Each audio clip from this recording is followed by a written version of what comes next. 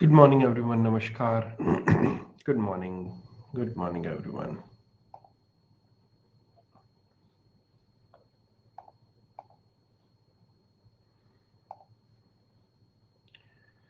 Okay so कैसे हो? All well, सब बढ़िया है।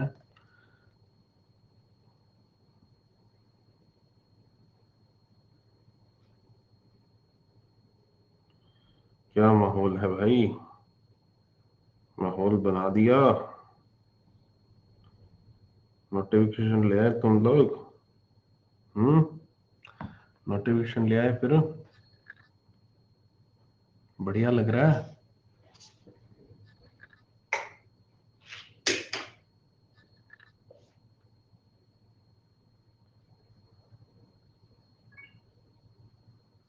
फीलिंग आ रही है अंदर अंदर से? नोटिफिकेशन आ गया, अब तो करके छोड़ना है इस बार। इस बार कर देंगे नैया पार। हो जाएगा हर भी पार। हम्म। अब तो डबल मेहनत करनी है। हाँ, इस बार कर देंगे, फोड़ देंगे।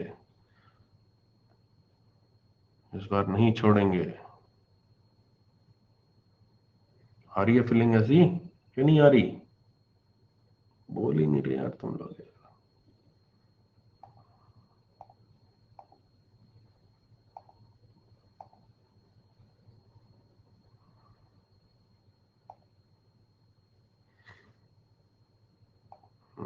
कोई बात नहीं। ये फीलिंग 4-5 दिन तक रहेगी। फिर वही ढाक के तीन पात, वहीं के वहीं लौट आओगे जहां पर पहले थे। बोला।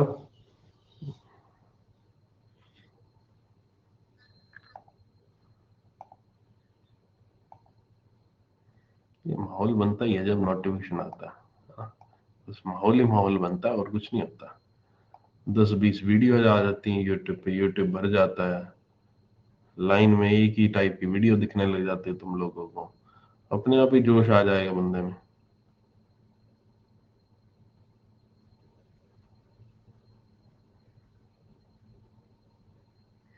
बहुत बढ़िया ऋषभ।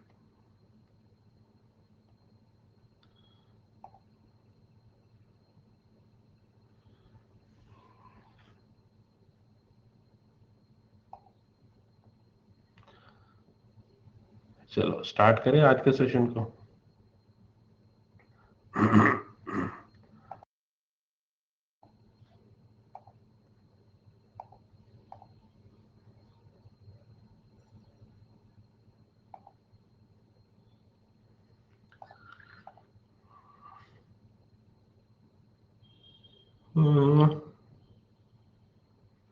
मैं क्या करने लगा था आज? हाँ, बेसल नॉर्म्स, ठीक है।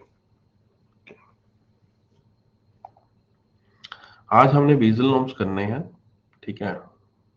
बेसल क्या होता है, बहुत सारी चीजें आज नई आपको पता चलेंगी।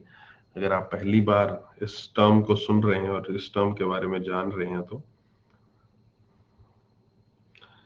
देखिए, पूरी दुनिया में यहाँ पर आपका जो रिस्क हमने जो कल पढ़े थे, हमने कल बहुत सारे रिस्क पढ़े थे ना, ठीक है। पूरी दुनिया में यहाँ पर जितने भी बैंक्स हैं उन सब में डिफरेंट डिफरेंट टाइप्स के रिस्क एग्जिस्ट करते हैं। जितने टाइप के रिस्क थे वो सारी बैंकिंग इंडस्ट्री, फाइनेंशियल इंस्टीट्यूशन में एग्जिस्ट करते हैं, राइट।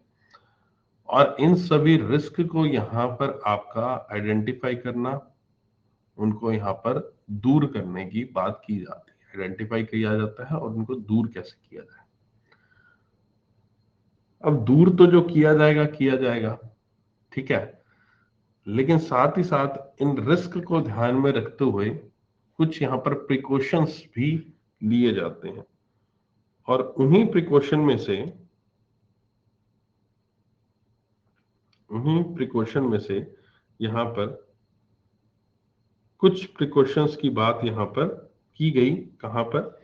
वो की गई बेजल नाम की एक जगह है स्विट्जरलैंड में, वहां पर उसी प्रिकॉशंस की बात की गई।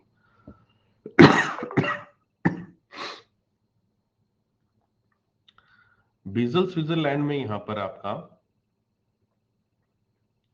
एक कमेटी बैठती है, ठीक है, या फिर कमेटी काम करती है, और वो कमेटी है आपकी Basel committee on banking supervision, ठीक है। ये Basel committee on banking supervision के बहुत सारे देश जो हैं, कि जो सेंट्रल बैंक्स हैं, बहुत सारे देशों के सेंट्रल बैंक्स हैं, लेकिन इंडिया का जो रिजर्व बैंक ऑफ इंडिया जैसे आ गया, वैसे और भी देशों के सेंट्रल बैंक्स हैं। तो जितने भी सेंट्रल बैंक्स हैं आपके कुछ देशों के, वो इसके मेंबर हैं, ठीक है। अब इन्होंने जो Basel committee on banking supervision ने इन सभी मेंबर बैंक्स को यहाँ पर कुछ इंस्ट्रक्शन जारी करी। उन्होंने कहा कि आपके पास आप अपने अपने देशों में सभी बैंक्स में यहाँ पर कुछ चीजों को अनिवार्य कर दीजिए।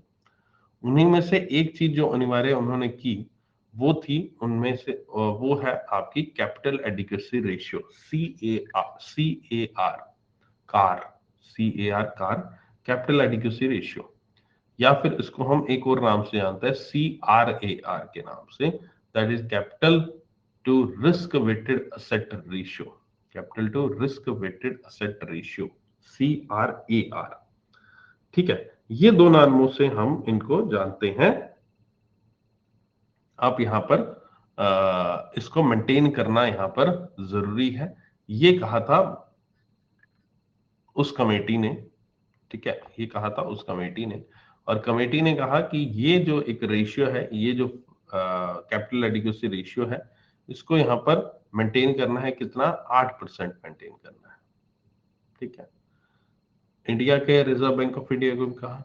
इंडिया का रिजर्व बैंक ऑफ इंडिया ने ये सोचा कि यहाँ पर कि हम क्यों ना थोड़ा सा एक्स्ट्रा अपने ऊपर यहाँ पर रख देते हैं सभी से बैंक्स को। तो उन्होंने निर्देश जारी कर दिया 9% का, कि आप सभी से बैंक्स को, मैं ये as a central bank, as a RBI मैं निर्देश जारी करता हूं कि आपको कैपिटल एडिक्वेसी रेशियो 9% मेंटेन करना है,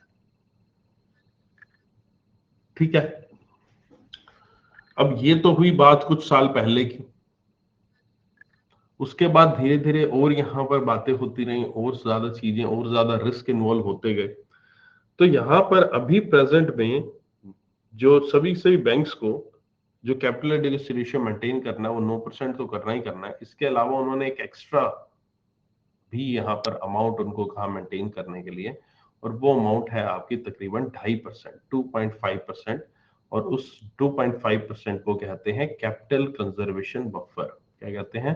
कैपिटल कंजर्वेशन बफर, ठीक है। ये 2.5% उनको सभी को अलग से ही मेंटेन करना है, इतना प्रतिशत। अब आप में से बहुत सारे लोगों के दिमाग में ये आ रहा होगा कि सर आप परसेंटेज तो बता रहे हो, लेकिन परसेंटेज किस चीज का परसेंटेज? 8%, 9%, 2.5%, किस चीज का 2.5%? कि क्या है ये? किसी चीज का तो रखूंगा ना 8%, किस चीज का 8% रखना है ना? मेरी जो मैं डेली पढ़ाई कर रहा हूँ उसका 8% रखना है ना? बैंक में कितने पैसे हैं उसका 8% रखना है, किस चीज का यहाँ पर 8%, 2.5% रखना है?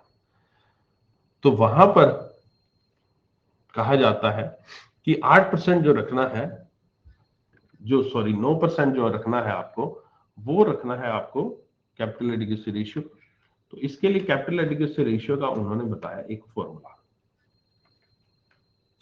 ठीक है। और वो फॉर्मूला था जो आपका, वो कुछ ऐसा दिखता है, tier 1 plus tier 2, tier 1 capital plus tier 2 capital divided by risk weighted assets.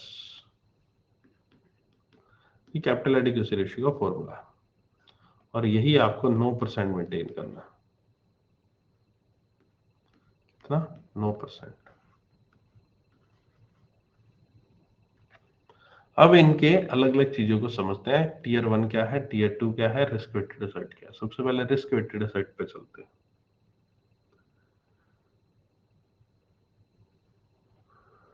जहां पर शब्द जो है रिस्क वेटेड एसेट्स का, असेट्स क्या है? आपकी लोन्स एडवांसेस, ठीक है।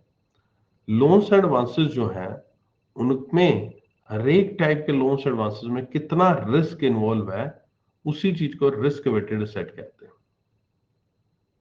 कि इस एसेट की वैल्यू मान लीजिए 100 रुपए है, लेकिन इसका रिस्क कितना है, उसके अकॉर्डिंग इसके प्राइस या तो बढ़ा सकते हो या कम कर सकते हो, वेट्स ऐड करके। ठीक है, वेट्स ऐड किया जाता है। वेट्स कैसे ऐड किया जाता है? अब यहाँ पर जितने भी हमारे प्रकार के लोन हैं, जितने भी टाइप के लोन हैं, जो जो लोन हमने दिए हैं, चाहे वो कोई भी लोन हो, हाउसिंग लोन हो, व्हीकल लोन हो, आपका बिजनेस लोन हो, आपका किसी भी तरह का जो भी लोन है, वो बैंक के द्वारा यहाँ पर आपका मेंशन कर दिया जाता है। और उसके सामने यहाँ पर आपका ये कैलकुलेशन का तरीका बता रहा हूं, उसके सामने आपका क्या किया, तो उसके सामने उस पर्टिकुलर लोन की, ये जो लोन है उस पर्टिकुलर लोन की रिस्क वेट जो है वो साइन किया जाता है।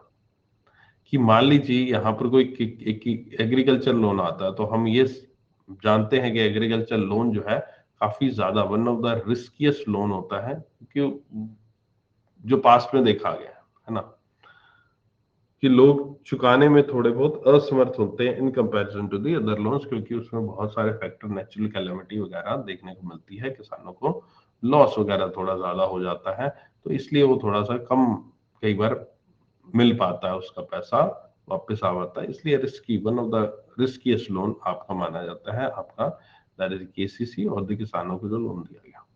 तो मान लीजिए ये थोड़ा ज्यादा रिस्की है, तो जो लोन हमें ज्यादा रिस्की लगता है हम उसको 200% रिस्क वेट दे देंगे। भाई साहब ये लोन रिस्की है, मान लीजिए लोन 5 लाख का है, तो मैं 5 लाख एज्यूम नहीं करूंगा, इसको 200% करूंगा, और 200% का मतलब ये लोन मुझे 10 लाख में एज्यूम करूंगा मैं। तो ठीक है, इसी तरह से हर एक कैटेगरी का जो भी लोन है, उसको उसके रिस्क के अकॉर्डिंग उसको वेट्स दिए जाते हैं। किसी को 150 दे दिया, किसी को 100 दे दिया, किसी को 70 दे दिया, 75 दे दिया, 50 दे दिया।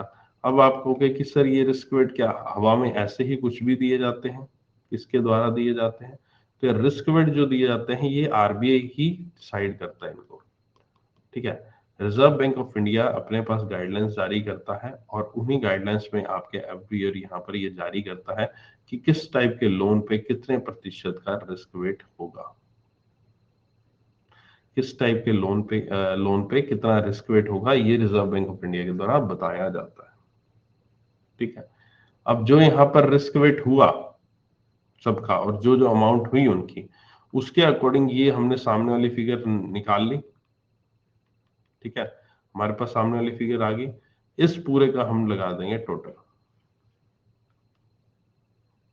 ये जो आया ना साइड, रिस्क वेट से मल्टीपल लगे, इसका लगा देंगे टोटल। तो जो टोटल होके वैल्यू आएगी ना, वो वैल्यू हमारी कहलाएगी रिस्क वेटेड एसेट्स। ठीक है, समझ गए? वैल्यू क्या कहलाएगी? Risk weighted assets. उनके रिस्क के अकॉर्डिंग अपने लोन्स एडवांसेस को यहाँ पर पैरामीटर में बदल देना, तो that is risk weighted assets. अब यहाँ पर अगला पॉइंट समझते हैं टीयर 1 कैपिटल को। टीयर 1 कैपिटल कुछ नहीं होती, टीयर 1 कैपिटल वो कैपिटल होती है जो यहाँ पर आप बैंक में जनरल इस्तेमाल करते हो, पूंजी जो लगाई जाती है बैंक की, that is tier 1 capital.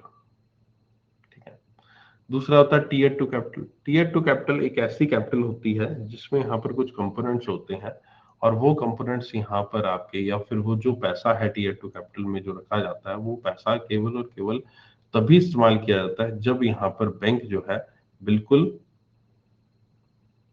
Wind up कर रहा हो, डूबने के कगार पर हो, बैंक में यहाँ पर कुछ भी बचा नहीं है अब आपका, तो ये सब चीजें यहाँ पर आपका कहीं से निकाली जाती हैं, और उसी को हम यहाँ पर टीयर 2 कैपिटल भी कहते हैं।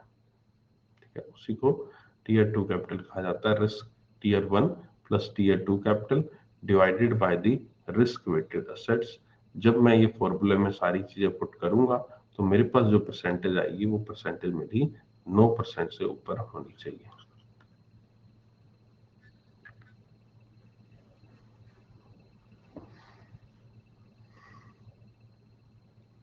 और इसमें और ऐड कर लो 2.5% का capital conservation buffer. Capital conservation buffer जो होता है, ये बेसिकली नाम इसका जैसे कैपिटल कंजर्वेशन बफर, बेसिकली वो इन्होंने एक्स्ट्रा रख रखा है आपका कैपिटल को और कंजर्व करके रखने के लिए। इसमें मैं किसी भी तरह के 2.5% के फॉर्मूले पे नहीं जाऊंगा, कुछ भी नहीं हम उसको ज्यादा समझेंगे, क्योंकि वो फिर बहुत लंबा टॉपिक अननेसेसरी ऐसे ही हो जाएगा, फिर आपको इतनी जरूरत भी नहीं है कराने की। आप सिंपल 2.5% याद रख लेना, जो भी उसका यूज होगा वो अपने आप यहाँ पर 9+2.5% फिलहाल तो यहाँ पर हर एक जगह पर देखने को मिलता ही है। ठीक है, तो ये तो हो गया आपका 9+2.5% का कैपिटल एडिक्वेसी रेशियो। और दूसरा था CRAR, that is capital risk weighted asset ratio, capital risk weighted asset ratio. इसमें भी यहाँ पर आपका इसी को CR, इसी को CRAR कहते हैं, दोनों जगह 9% मेंटेन करना है। ठीक है, तो ये एक ओवरव्यू है यहाँ पर आपका एक बेसल नॉर्म्स की कैपिटल एडिक्वेसी रेशियो का। समझ में आया? अभी खत्म नहीं हुआ है, इतना समझ में आ गई चीज?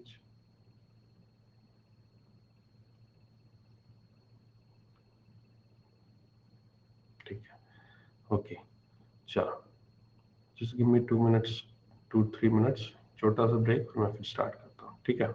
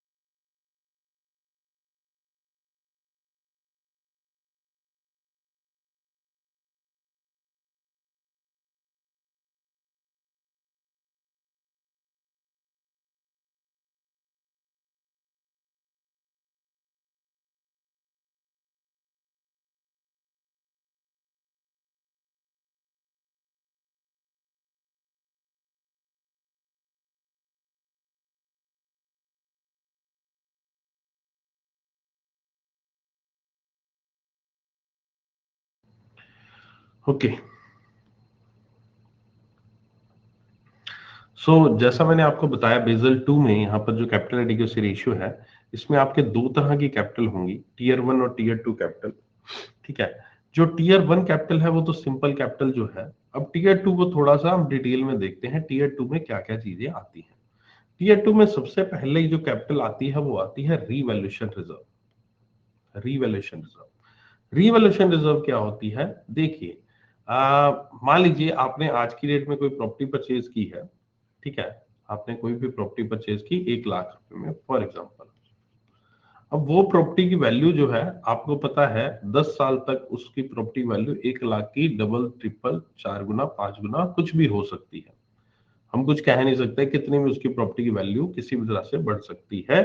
पूरा का पूरा मार्केट के ऊपर डिपेंड करता है, मार्केट उसको कितना किस तरह से उस प्रॉपर्टी की को कीमत को देखती है, किस तरह से उस जगह को वैल्यू करती है। ठीक है, यहाँ पर हमारे अकाउंटिंग में, हमारे बैंकिंग में या अकाउंटिंग में क्या होता है, हमारे अकाउंटिंग या बैंकिंग में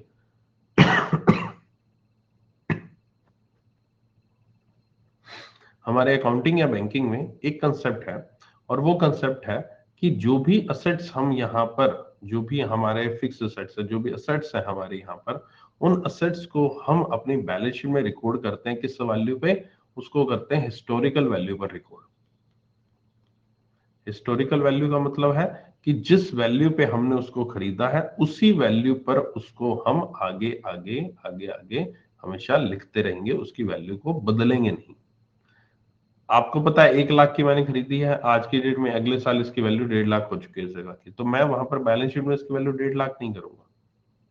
ठीक है, मैं इसी तरह से यहाँ पर इसकी वैल्यू सेम टू सेम चलने दूंगा। जब सेल होगा या फिर तब इसकी वैल्यू को, यहाँ पर सेल होगा तब की तब देखेंगे, लेकिन टिल दैट टाइम हम यहाँ पर इतनी वैल्यू रखते रहेंगे। लेकिन यहाँ पर एक और चीज होती है कि बहुत, ये तो फिक्स एसेट्स हुई, इसके अलावा यहाँ पर कोई मशीनरी वगैरह होती है, कोई भी चीज होती है जिसमें डेप्रिसिएशन होता है, तब यहाँ पर डेप्रिसिएशन होता है तो उसकी यहाँ पर कुछ ना कुछ वैल्यू गिरती रहती है किसी न किसी चीज की, तो वो फिर माइनस होता रहता है उसमें से। ठीक है, तो हम 1 लाख हिस्टोरिकल वैल्यू पे ही उस चीज को लिखते रहेंगे, डेप्रिसिएशन है तो माइनस कर देंगे, नहीं तो कुछ ऐड नहीं होगा, कुछ लेस नहीं होगा। लेकिन यहाँ पर हम इस चीज का एक रिकॉर्ड जरूर मेंटेन करते हैं कि भाई आज 1 लाख की प्रॉपर्टी अगले साल कितने की होगी? 1.5 लाख की होगी, अगले साल कितने होगी? कि 2 लाख की होगी। कहीं ना कहीं एक रीवैल्यूएशन रिजर्व जो होता है वो हम मेंटेन करके चलते हैं। रीवैल्यूएशन रिजर्व, रीवैल्यूएशन रिजर्व जो होता है ये एक ऐसा रिजर्व होता है जिसमें यहाँ पर आप एक्चुअल में कोई चीज अर्न नहीं करी आपने, आपने 1 लाख की प्रॉपर्टी अगर 2 लाख की होगी तो आपने कुछ अर्निंग नहीं करी है 1 लाख रुपए। ये जस्ट एक अजम्पशन है कि कल को फ्यूचर में अगर मुझे बेचना पड़ा तो मुझे यहाँ पर 1 लाख रुपए का फायदा मिलेगा। It's just an assumption, it's not कि ये हो रहा है। ठीक है, रिवॉल्यूशन रिजर्व यहाँ पर किया जाता है, लेकिन इसका इस्तेमाल तभी किया जाएगा जब यहाँ पर एक्चुअल में ऐसी पोजीशन आ गई कि कंपनी डूब रही है। तो ऑब्वियस है जब कंपनी डूबेगी तो इस तरह की जो भी प्रॉपर्टीज है, फिक्स्ड एसेट्स है, उनको सेल किया जाएगा, और सेल करते टाइम यहाँ पर जो पैसा आएगा यहाँ पर वो फर्दर फिर टीयर 2 कैपिटल के अंदर इन्वॉल्व किया जाएगा, या फिर आज की डेट में equivalent to that amount tier 2 capital कहलाती है। अगला आता है हाइब्रिड सिक्योरिटी। हाइब्रिड सिक्योरिटी यहाँ पर एक ऐसी सिक्योरिटी होती है जो कि यहाँ पर कन्वर्टिबल होती है एक सिक्योरिटी से दूसरी सिक्योरिटी में। लाइक दी आपके जो शेयर्स हैं, है ना, डिवेंचर्स हैं, बहुत सारे ऐसे इंस्ट्रूमेंट्स हैं जिनके बारे में हम आने वाली क्लासेस में डिस्कस करेंगे, अभी आज मैं नहीं डिस्कस करूंगा। तो ये चीजें आपस में कन्वर्ट हो सकती हैं, आपस में कन्वर्ट हो सकती है। बहुत सारी ऐसी फाइनेंशियल सिक्योरिटीज है जिनको यहाँ पर आप कन्वर्ट कर सकते हो, है ना। लाइक दी डिबेंचर्स जो है आने वाले टाइम में शेयर्स में कन्वर्ट हो जाते हैं इसी तरह से। ठीक है, तो वो भी वैल्यू यहाँ पर आपकी टीयर 2 कैपिटल, क्योंकि वो भी एक आपकी पूंजी है, वो भी एक कैपिटल बन चुकी है, यानी कि वो एक चांस है, प्रोबेबिलिटी है कि हाँ कल को फ्यूचर में कन्वर्ट हो जाएगी कैपिटल में। अभी तो आपने डिबेंचर के रूप में, लोन के रूप में पैसा ले लिया। अगला आता है सबऑर्डिनेट डेट। सबऑर्डिनेट डेट में क्या होता है? सबऑर्डिनेट डेट एक प्रकार का ऐसे टाइप ऑफ सिक्योरिटी इंटरेस्ट है जिसमें यहाँ पर आपका ज्यादा उसको वैल्यू नहीं दी जाती। इसमें ज्यादा वैल्यू का मतलब ये है कि बहुत बार ऐसा होता है कि एक हायरार्की होती है किसी चीज को पेमेंट करने की। जब कंपनी बंद होने वाली होती है, कब ऑर्गेनाइजेशन वाइंड अप होने वाली होती है, तो उसमें एक हायरार्की होती है हर एक चीज के, हर एक लोगों को पेमेंट करने की। यानी कि सबसे पहले किसको पेमेंट की जाएगी, इस पर्सन को की जाएगी, फिर इनको की जाएगी, फिर ऑर्गेनाइजेशन को की जाएगी, फिर ऐसे ऐसे की जाएगी, फिर क्रेडिटर को, फिर आपके किसी को और पैसा चुकाना है वगैरह वगैरह बैंक को की जाएगी। ऐसे ऐसे करके एक हायरार्की होती है कि पर्टिकुलर किस टाइप के चीज को पहले यहाँ पर चुकाया जाए पैसा। तो जैसे जैसे ये यहाँ पर पैसा चुकाया जाता है, वैसे वैसे अगर कोई भी जो भी डेट है, जो भी उधार हमने ले रखा है, वो उधार यहाँ पर लोअर प्रायोरिटी लेवल पर आता है, लो प्रायोरिटी लेवल पे आता है। ऐसे बॉन्ड्स, ऐसे स्टॉक्स, ऐसे शेयर्स जो कि यहाँ पर लो प्रायोरिटी रखते हैं, उनको यहाँ पर रीपेमेंट करने का in comparison to the other another security, तो यहाँ पर आपका उनको हम क्या कहते हैं, उनको हम सबऑर्डिनेट डेट कहते हैं। ठीक है, मान लीजिए कि सिक्योर्ड बॉन्ड्स है, तो सिक्योर्ड बॉन्ड्स पहले पेमेंट किया जाएगा उन सिक्योर्ड बॉन्ड्स का in comparison to the unsecured bonds. Secured bonds होंगे जिनके अगेंस्ट यहाँ पर कुछ ना कुछ सामने कंपनी ने कोई ना कोई चीज गिरवी रखी हुई है ना, तो वो सिक्योर्ड हो गए। अनसिक्योर्ड में कंपनी ने कुछ भी गिरवी नहीं रखा, वो जस्ट हमें बॉन्ड्स यहाँ पर दे दिए उन्होंने, और कुछ नहीं दिया। उन्होंने ये कह दिया कि हमारी तो ये अनसिक्योर्ड बॉन्ड्स है, आप खरीद सकते हो खरीद लो, नहीं खरीदने नहीं खरीदने, कल को अगर कंपनी डूबती है तो हमारे पास कोई प्रॉपर्टी नहीं है इन प्रॉपर्टी को बेचकर इन अनसिक्योर्ड बॉन्ड्स को पेमेंट करने के लिए। ठीक है, तो ऐसी चीज को हम सबऑर्डिनेट डेट कहते हैं। तो ये यहाँ पर तीन चीजें जो हैं ये मिलकर बनाती हैं आपका टीयर टू कैपिटल, और ये कुछ हटकर है। ये तीनों की तीनों चीजें आपने एक ही बात कॉमन देखी होगी इन तीनों चीजों के बारे में। ये तीनों तीनों चीजें तभी इस्तेमाल की जाती हैं जब कंपनी वाइंड अप हो रही है, जब ऑर्गेनाइजेशन बंद हो रही हो, ऑर्गेनाइजेशन जो है यहाँ पर आगे उसको चलाना नहीं हो, उसी वक्त ये तीनों की तीनों चीजें एग्जिस्टेंस में आती है और तीनों चीजें इस्तेमाल की जाती हैं। तो ये तीनों की चीजों की वैल्यू जो भी रहेगी उसको टीयर 2 और टीयर 1 में ऐड कर दिया जाएगा, रिस्क-वेटेड एसेट से डिवाइड कर दिया जाएगा, तो मेरे पास CAR आ जाएगा या फिर CRAR आ जाएगा। ठीक है, tier 2 capital which can absorb losses in event of the winding up, right. तो ये यहां पर आपका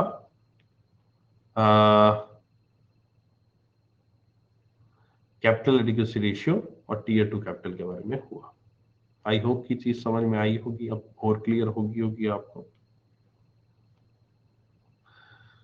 बेसल के बेसिकली तीन पिलर्स हैं जिनके ऊपर ये काम करता है। पहला है मिनिमम कैपिटल रिक्वायरमेंट, जो भी हमने सीखा, ठीक है, जिसमें यहाँ पर क्रेडिट रिस्क शामिल है, मार्केट रिस्क शामिल है और ऑपरेशनल रिस्क शामिल है। ठीक है, ओके, क्रेडिट रिस्क भी, मार्केट रिस्क भी, ऑपरेशनल रिस्क भी आप उसमें देखते हैं। ये पहला आपका पिलर है।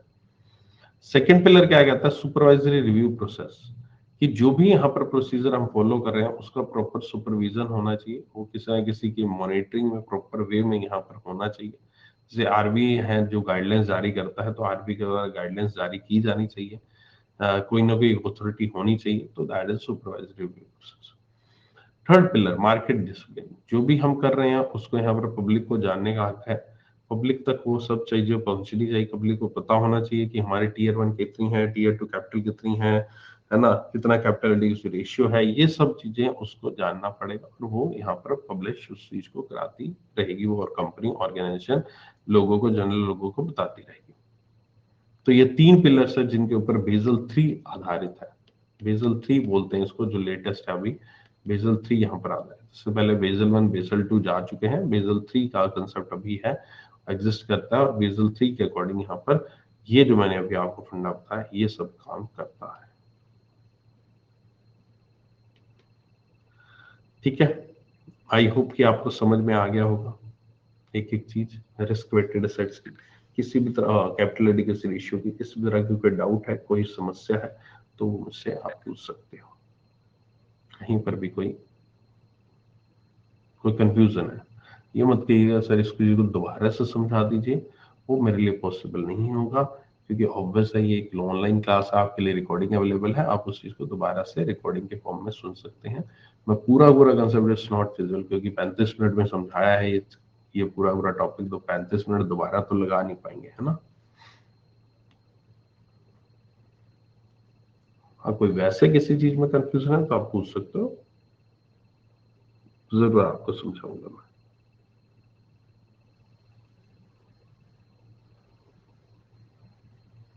कन्वर्ट करने का मीन्स इन्वेस्टमेंट बोल सकते हैं, कन्वर्ट मतलब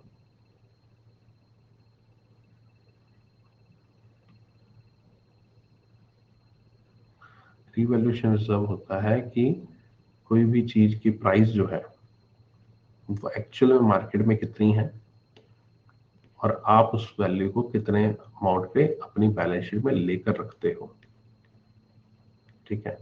तो ये जो मार्केट में कितनी है और एक्चुअल में कितनी है, इन दोनों का जो डिफरेंस होता है वो आप रिवैल्यूएशन रिजर्व में काउंट करते हो, ये होता है रिवैल्यूएशन रिजर्व। कैपिटल कंजर्वेशन में ऊपर रिपीट करिए, मैंने कुछ बताया नहीं कैपिटल कंजर्वेशन में ऊपर, मैंने तो ये कहा है कि कुछ एक्स्ट्रा मेजर है जो कि यहाँ पर लिया जाता है। इसके फॉर्मूले, इसके कैलकुलेशन पे मत जाओ, क्योंकि इसके कैलकुलेशन फॉर्मूला समझने की कोई आवश्यकता नहीं है, बहुत ज्यादा वो और चीजें कॉम्प्लिकेट हो जाएंगी। तो इसलिए बस इतना ही समझो, सीसीबी इस कैपिटल कंजर्वेशन ऊपर 2.5% मेंटेन करना होता है। अब जो भी यहाँ पर सी आर है, जैसे एक पर्सन पूछ रहा सर एसबीआई का सी आर कितना है, जो भी सी आर है ये एवरी क्वार्टर में, एवरी क्वार्टर बाद यहाँ पर कैलकुलेशन किया जाता है और वो यहाँ पर बैंक के फाइनेंशियल रिजल्ट में यहाँ पर किया जाता है। क्या किया जाता है, उसको पब्लिसाइज किया जाता है। कल अगर आपने करंट अफेयर्स पढ़ी होगी तो कल की करंट अफेयर्स में एक न्यूज आई थी जिसमें पहली पहली न्यूज में ही कैपिटल एडिक्वेसी रेशियो का जिक्र किया गया था और उसमें बैंक ऑफ महाराष्ट्र की कैपिटल एडिक्वेसी रेशियो यहाँ पर सबसे ज्यादा बताई गई थी, राइट।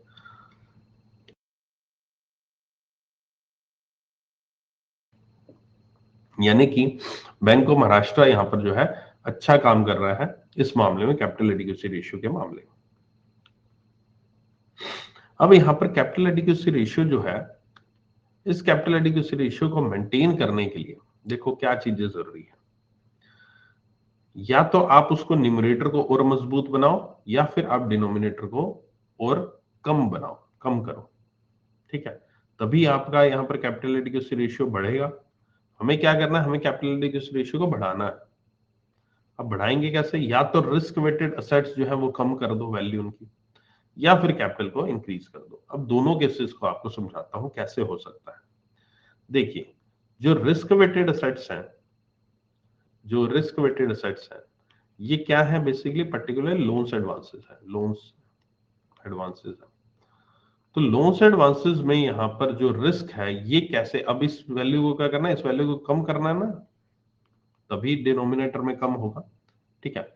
तो यहाँ पर आपका लोन्स एंड एडवांसेस जो है, लोन्स एडवांसेस जो है ये हमें कम करनी है। कम कैसे करेंगे, अब ऐसे तो है नहीं कि बिजनेस कम कर दो भाई, लोन्स एडवांसेस कम कर दो, हम लोन ही नहीं करेंगे, नहीं ऐसा नहीं। अब क्या करेंगे, लोन्स एडवांसेस तो करेंगे लेकिन उनमें जो रिस्क वेट है उसको कम करने का प्रयास करो।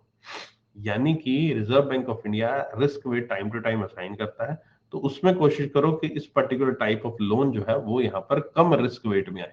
लेकिन वो अगले आपके ऊपर नहीं डिपेंड करता, आपके बैंक के ऊपर, वो सभी बैंक के ऊपर डिपेंड करता है। सभी बैंक एक ओवरव्यू देते हैं कि भाई ये इतना प्रतिशत रिस्की है, इतना है, तो हम इतना उसका रिस्क वेट दे सकते हैं। लेकिन हम एक चीज जो है, जो प्रयास वो कर सकते हैं जो हमारे हाथ में है, वो है किसी भी लोन्स एडवांसेस को एनपीए में जाने से रोकना। क्योंकि जब भी अकाउंट यहाँ पर लोन्स एडवांसेस का अकाउंट एनपीए कैटेगरी में चला जाएगा तो उसका रिस्क वेट जो है ऑटोमेटिकली इंक्रीज हो जाएगा। रिस्क है ना, एनपीए खाता तो रिस्क वेट तो बढ़ना स्वाभाविक है, ठीक है। तो एनपीए में जाते ही उसका रिस्क वेट जो है वो बढ़ जाएगा। इस चीज को आप यहाँ पर इंश्योर कर सकते हो कि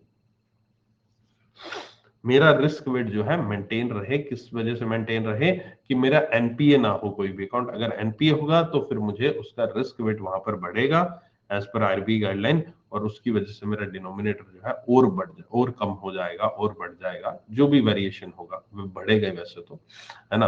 और जब बढ़ेगा तो फिर ऑब्वियस है, फिर मेरा जो कैपिटल एडिक्वेसी रेशियो है वो डिक्लाइन होगा, न्यूमरेटर डिनोमिनेटर का सब, और जो मुझे यहाँ पर मुश्किल हो जाएगा मुझे उसको मेंटेन करना। तो इसलिए यहाँ पर एनपीए को हम रोक सकते हैं।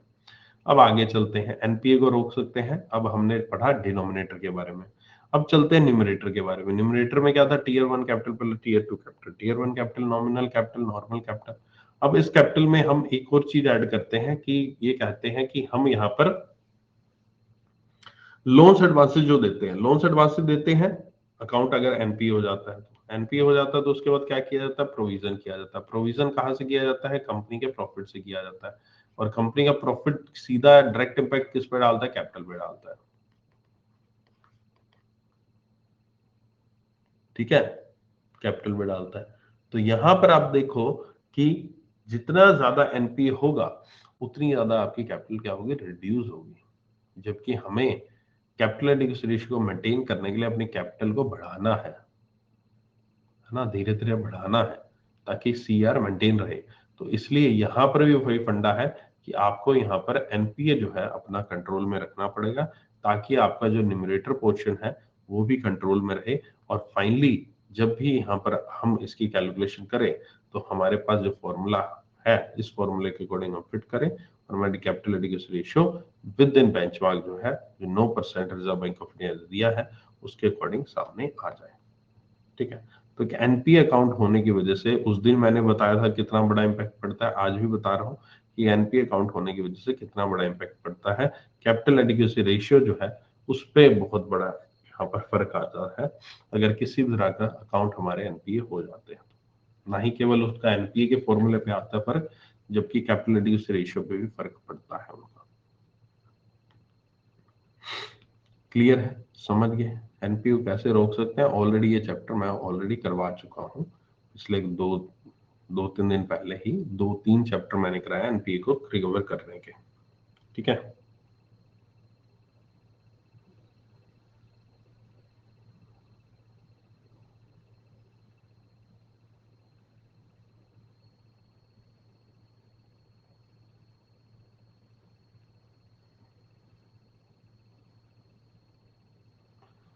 वो अलग कंसेप्ट है, उस कंसेप्ट पे आऊंगा, वो डीसिप का कंसेप्ट है।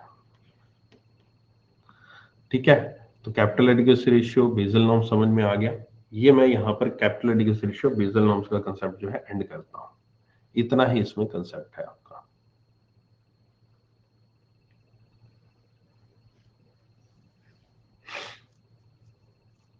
प्रॉफिट, हाँ प्रॉफिट कैपिटल में तो ऐड होती है, ये हमने चैप्टर नंबर 2 में पढ़ा था ना, प्रॉफिट कैपिटल में ऐड हो जाता है, पढ़ा तो था।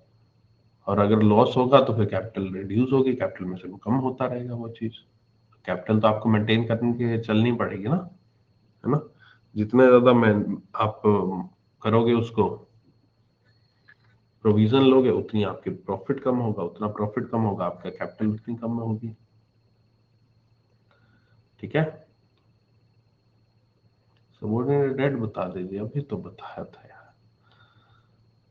सर सबऑर्डिनेट डेट यार, एक सिक्योरिटी, कौन सी सिक्योरिटी है, और दूसरी सिक्योरिटी जो आपने यहाँ पर किसी तरह का इन्वेस्टमेंट जो किया है, शेयर्स, बॉन्ड्स, डिवेंचर्स, उनमें सबसे पहले आप क्या चीज पेमेंट करोगे, किस चीज की पेमेंट पहले करोगे, दूसरे चीज की पेमेंट बाद में करते हैं। तो जिन चीजों की पेमेंट बाद में की जाती है, जब भी कोई कंपनी यहाँ पर बंद हो जाती है तो उन चीजों की बाद में की जाती है और उनकी पेमेंट करी नहीं आती। ये भी हो जाता है कई बार कि ऐसा डेट होता है जिसकी पेमेंट कंपनी ने कह रखा है कि अगर हम डूब भी देंगे तब भी नहीं देंगे। तो वो एक कंपनी के पॉइंट ऑफ व्यू से एडवांटेज है कि मुझे पैसा ही नहीं देना पड़ा, पहले पैसा मैंने रख लिया लेकिन अब पैसा देना नहीं पड़ा।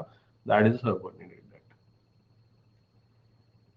ऐसे एवरेज वाला कुछ फंडा नहीं होता है, तो टोटली डिपेंड करता है। 9% महंगे मैनेज ना हो तो क्या होता है, उसके ऊपर करेंगे, चर्चा करेंगे। हाइब्रिड सिक्योरिटी को डिटेल में समझाएंगे। अभी हाइब्रिड सिक्योरिटी, जब आपने शेयर्स डिवेंचर्स वाले लेक्चर आएंगे ना, तब हाइब्रिड सिक्योरिटी को डिटेल में और समझेंगे। ठीक है, एक ने रिवॉल्यूशन रिजर्व पूछ लिया, एक ने सबऑर्डिनेट डेट पूछ लिया, एक कह रहा हाइब्रिड सिक्योरिटी बता दो, सीधा इकट्ठा ही कह देता सर टायर टू कैपिटल दोबारा समझा दो।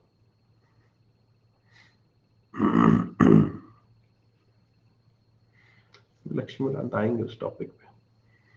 चलो, आज के लेक्चर में मैं इतना ही करवाऊंगा, आज के लेक्चर में यहीं समाप्त करता हूँ, बाकी हम करेंगे कंटिन्यू कल।